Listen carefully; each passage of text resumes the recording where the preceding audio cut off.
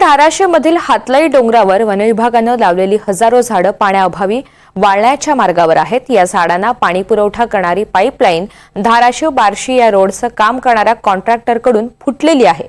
वनविभागानं ही पाईपलाईन दुरुस्त करून पाणी देणं आवश्यक आहे, परंतु अधिकाऱ्यांच्या हलगर्जीपणामुळे विहिरीमध्ये पाणी असून या झाडांना ऐन उन्हाळ्यामध्ये 15 दिवसांपासून पाणी मिळालेलं नाही।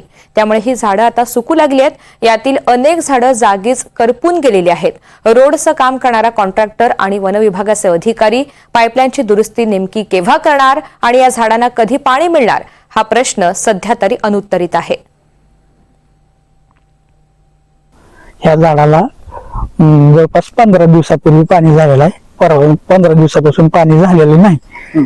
पाईपलाईनचा प्रॉब्लेम निर्माण झाल्यामुळे काय प्रॉब्लेम झाला? पाईपलाईन तुटली, पुलाचं काम चालू असल्यामुळे ती नीट झाल्यामुळे याला पाणी आणखीन आलेलं नाही।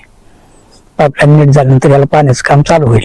झाडाची काय अवस्था आहे सध्या? असं झाडाची अवस्था आता सध्या त्याला ठीक आहे, पण सुकायच्या मार्गावर आहे। पाणी द्यायच्या मार्ग पाणी द्यावं लागेल याला। पाणी द्यायची व्यवस्था केली तरच ही जगल, नाही तर जगणार नाही। उन्हाचं प्रमाण जास्त आहे आणि पाणी मागायला लागलं। आता काही झाडं सुकायला लागलीत, काही झाडं सुकवणार। ज्या झाडाला सुकतोय त्याला पाण्याची आवश्यकता आहे, त्याच्यामुळे याला पाणी देणं गरजेचं आहे। किती झाड आहेत? हे जवळपास 8,000 झाड आहेत।